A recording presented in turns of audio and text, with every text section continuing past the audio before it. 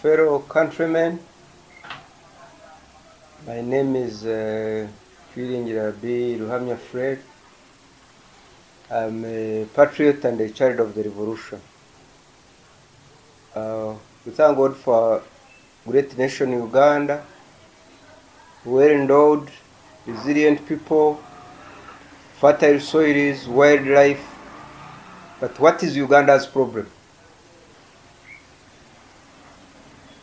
What should we do for Uganda to transform? Uganda has been independent now for over 63 years. We need to address ourselves to leadership questions. What are the challenges of our time?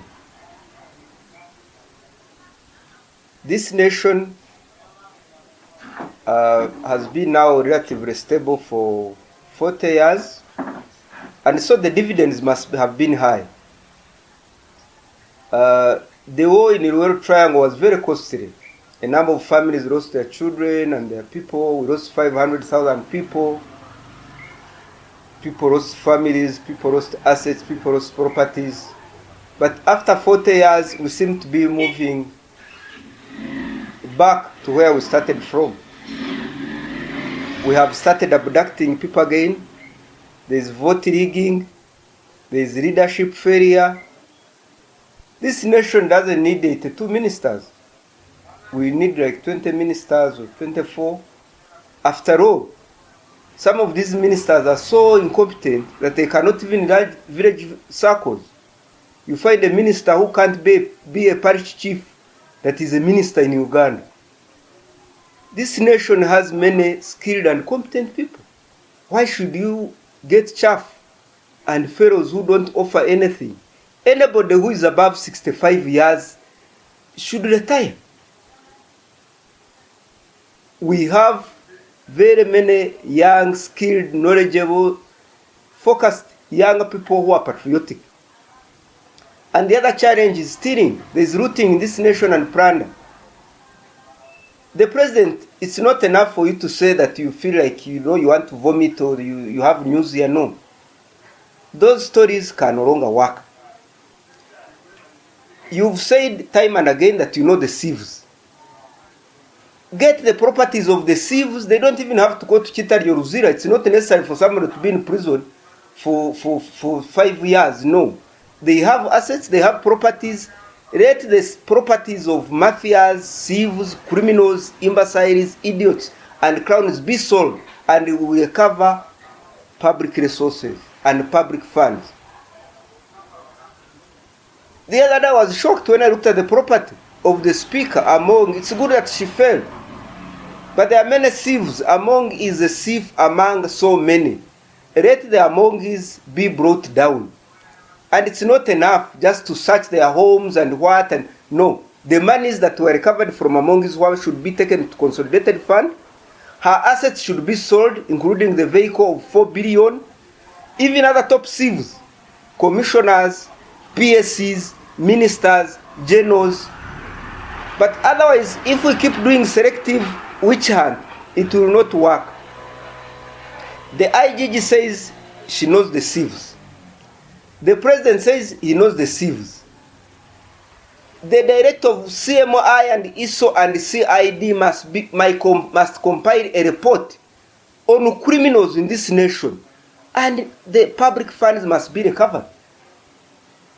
Whereas other regimes had other challenges, but if there has been anything that has tainted these last 40 years, the NRM rule and Museveni's reign, if the president says he knows the thieves, the IGG knows the thieves, there is a director of CMI, there is a director of ISO, there is a director of CID, they should compile a comprehensive report about stealing, looting, and plunder in this nation. So the challenges of our time is corruption, endemic corruption, it's leadership failure, it's land grabbing, it's criminality, it's selfishness, and this must stop. I want to make a clarion call to Ugandans that we must overcome fear. This nation needs a new revolution. Every generation has a mission to accomplish. The General Kyaligonzas fought their wars. The Rwamukagas fought their wars. Kabarega fought his wars with the imperialists and colonialists. The General Musevenis have fought their wars and the Otafides. It's important that the generations that follow must stand up and sweep criminality out of our communities and societies. Why would you vote a councillor whom you know is a thief? Why would you vote an MP who has forged papers? Why would you vote an MP who is a thief, a known thief? Why would you vote an MP for 15 years, 20 years, when he has not achieved what he promised? Why would you recycle imbeciles and criminals? We are 50 million. We have resilient people. The majority are well-meaning. The land grabbers, the criminals are few. It's important that we must fight the enemies of Uganda. The enemies of Uganda are mafias. They are not many. They are less than 100,000. The IGG made an estimate and said that the criminals and mafias steal 10 trillion per year. 10 trillion. How much is that in 10 years? Our debt burden is 130 trillion. If we pay at the rate at which we are paying, we shall pay it in 100 years. Those are 4 generations. Why should we mortgage the future of our country because of 30,000 thieves? So, Mr. President, as you assemble your cabinet, like you've assembled, I've seen even you have brought, gamblers who call themselves professors, who are non-citizens. We must get credible men and women who will serve this nation. We have 10 million youth who have no jobs. How much are we paying our teachers? How much are we paying our policemen? How much are we paying our nurses? Why should an MP get 50 million per month and you pay a teacher 400,000 and you pay another 300,000? And you say that there is no money for internship, for intern doctors, and the president and the speaker are distributing money in billions. You are giving 5 billion to gamblers that they are brokers. Some of them are just hired to abuse people. So we must put our resources in the right channels. We talked of fundamental change. The sacrifices of the NRA revolution was so high. We shouldn't be now going back and just fighting over things, repeating the mistakes of UPC, Amin one. No. I was surprised a few days ago to see that Comrade General Muhoozi, the CDF, has arrested Lukwago. Mr. Muhoozi, you are powerful, you are a CDF, you are a son to the president, but you should respect the laws of the land and the constitution. Release Lukwago. If you have any case against him, let him go to police and he goes through due process. Semakadu, the president of Uganda Law Society, is in exile because of a few judges. Look at the way Besigye's case is being handled. Besigye sacrificed his youth with his wife, Winnie Byanyuma. Honorable Winnie Byanyuma. Look at what we are doing.